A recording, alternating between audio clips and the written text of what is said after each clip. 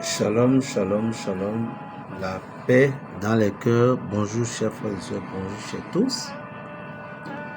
J'espère que vous allez bien par la grâce de Jésus-Christ de Nazareth. Bonne et sainte semaine à nous tous, à vous tous, mes frères et sœurs bien-aimés. Bonne sainte semaine du Rameau et bonne sainte semaine de la traverse à Jérusalem. Bientôt, nous serons dans les temps de chemin de croix. Et chacun de nous, Dieu a voulu que nous l'adorions selon notre possibilité. C'est-à-dire, il laisse la volonté à chacun, à chacune de nous, comment nous allons l'adorer, comment nous allons le... Ok, comment nous allons le glorifier, tout. Bonne et sainte semaine à vous tous. Qu'est-ce que j'ai à vous donner comme conseil? Quelqu'un m'a posé d'abord la question pour dire, berger, mais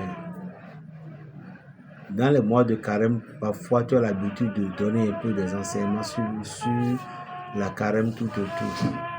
Mais qu'il n'a pas constaté, c'est vrai.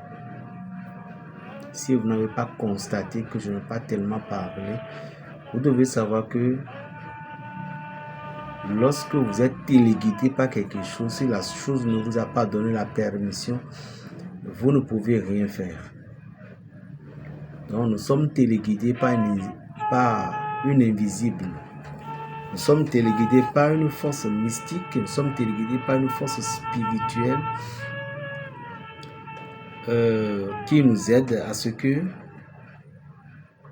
nous puissions parler en son nom.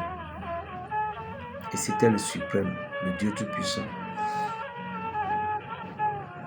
Aujourd'hui, aussi cette année, le Saint-Esprit m'a interdit de ne pas me mêler dans les affaires de politique. Sinon, il y avait tellement de choses qui se passent dans le monde, tout que je pouvais dire, vous voyez ci, vous voyez ça. Et je n'ai rien dit parce qu'il m'a interdit.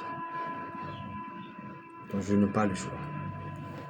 J'aimerais tout simplement aider certaines personnes à comprendre ce qui fait que vous n'arrivez pas à des moments donnés, soit disant que malgré les prières que vous avez faites, malgré tout ce que vous avez fait, que vous n'avez pas obtenu le résultat. C'est de ça que j'aimerais vous parler et si possible, je vais vous donner 2-3 sons. Numéro 1. Dans la vie, nous avons certaines lois qu'on appelle les lois karmiques spirituelles. Et lorsque vous avez ces lois karmiques spirituelles que vous ne respectez pas, vous pouvez être pénalisé ou foudroyé ou pénalisé, voilà, par ces lois-là, et ces lois qui peuvent devenir parfois des malédictions pour vous comme une punition. Si vous êtes un individu, à ce que dans votre vie, vous avez connu tellement d'avortements avec une femme ou bien un homme, vous devez savoir que même si une seule avortement pouvait vous coûter 10 ans, 20 ans de souffrance, raison pour laquelle les gens de la tradition, spécialement ceux qu'on appelle les Ronons, c'est rarement qu'ils aiment faire des avortements. Ce que les gens ne comprennent pas, c'est nous les chrétiens, qui sont souvent à la base de certaines choses. Nous qui disent que c'est mauvais, c'est nous en même temps qui suivons encore la priorité de toutes ces douleurs. Moi, j'ai connu plein de gens, même une personne que j'ai posé la question, elle dit, mais si Dieu n'a pas voulu, il ne peut pas donner l'intention à ce que l'on fasse des avortements. Or, lorsque vous faites un avortement, c'est comme directement que vous avez une sang innocent sur vous et il vous faut tellement de rites. Et c'est là le problème. Il y a des gens qui disent, le curé m'a donné pénitence, le pasteur ou le prêtre. Ce n'est pas ça le problème.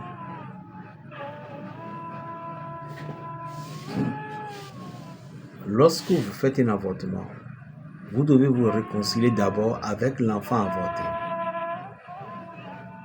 Vous devez vous réconcilier avec l'enfant dont vous avez avorté. Si vous n'avez pas fait la réconciliation avec cet enfant, ne pensez pas que vous êtes libre. Ceci fait un. De deux, la loi karmique nous interdit aussi des promesses, des fausses promesses à une femme en le trompant jusqu'à ce que vous avez eu des rapports sexuels avec elle. Et tout ce que vous lui avez dit, vous n'avez pas respecté. Parce que vous êtes PDG, parce que vous êtes le directeur d'une société, parce que c'est vous qui avez le dernier mot. Et vous avez laissé cette femme en pleurant ainsi, parce que vous savez qu'elle ne peut pas parler. Ça, c'est la deuxième loi karmique. Et je parie qu'il y a beaucoup de personnes aujourd'hui qui, étant des millionnaires avant, sont devenus zéro. Pourquoi? Manque de gestion sexuelle, manque de gestion de sa vie. Il y a des choses où la loi ne manque jamais. Et il y a des personnels, il y a des personnes, c'est aujourd'hui que vous regrettez ce que vous avez fait. Comme quoi? Aujourd'hui que vous êtes alité sur votre lit de maladie et vous attendez que votre fille, votre garçon, votre enfant était ici, on l'a maltraité, était là, on l'a rejeté, était ici, on l'a rejeté, et votre mémoire commençait par vous rappeler des choses que vous avez commises comme des erreurs dans votre vie. Et c'est de là que vous commencez par pleurer. Mais ce secret, vous ne pouviez pas parler à personne. La façon dont vous avez bouleversé la domestique, la sœur de votre femme, bouleversé tel individu, la façon dont vous avez promis à ses secrétaires, à cette personne, et puis vous n'avez pas tout respecté, tous ces mémoires vont vous revenir. Tout ça, c'est des lois karmiques. Il fallait que la nature vous paye tous ces trucs, que vous allez comprendre que ce n'est pas facile. De deux, une femme que vous êtes, en trompant tous les hommes, en faisant du mal à tous les hommes, et vous prétendez être meilleur. Ce que moi je ne comprends pas aujourd'hui, c'est-à-dire nos mamans ou nos papas, dans leur jeunesse, dans notre jeunesse, nous ne pensions plus au futur. On sait qu'on va mourir, on ne sait pas quand est-ce qu'on va mourir. Mais lorsque vous savez que vous allez mourir, essayez de faire un peu du bien quand même. Il y a des choses, comme on dit dans Minan, la nature ne peut pas vous pardonner. Il y a des choses que vous avez commises comme erreur, jamais vous ne seriez pardonné. Jamais à quand jamais. Donc tout simplement, lorsque vous êtes un dirigeant, sachez vous comporter. Il y a des gens, vous maudissez les personnes, vous maudissez les gens, vous cherchez à leur faire du mal, mais lorsque vous êtes parti contacter votre pasteur, ou bien le prêtre, ou bien l'homme de Dieu, ou bien je ne sais pas quoi, vous ne lui dites pas la vérité. Et puis l'autre aussi directement, il prend en cœur l'autre dont on veut lui parler, il prend l'autre en même temps comme ennemi. Or l'autre n'était pas du tout un ennemi, c'est vous qui étiez l'ennemi de l'autre. Donc tout ceci pouvait renverser sur nous, tout ceci pouvait devenir des blocages pour nous et pour le futur. Je n'ai pas tellement de choses à vous dire. Tout simplement, lorsque vous vous sentez bloqué, vous avez fait tous les rituels qu'il vous faut et vous voyez que vous êtes neutre et pourtant ça ne marche pas. Je vous conseille 3 psaumes, le psaume 11, le psaume 12 et le psaume 7. Commencez à lire cette psaume là en question pendant 14 jours.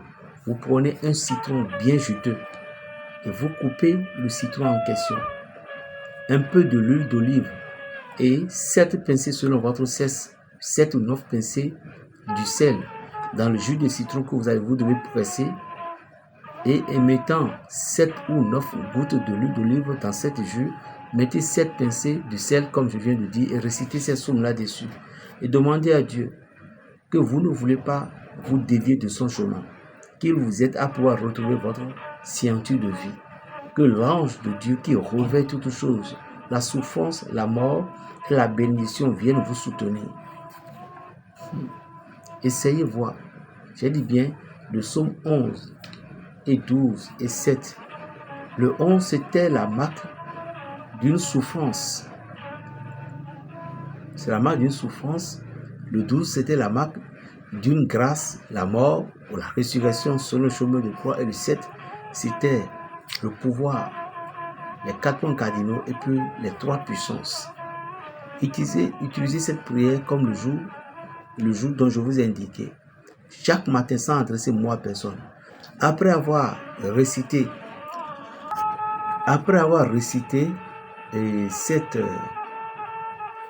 sur cette composition, je dis bien, un citron bien juteux, le citron qui a bien de jus, ou 3, un ou 3, qui a bien de jus, vous les pressez dans une petite bocale, vous mettez 7 ou 9 pincées de sel et 7 ou 9 grains et gouttes de l'huile d'olive.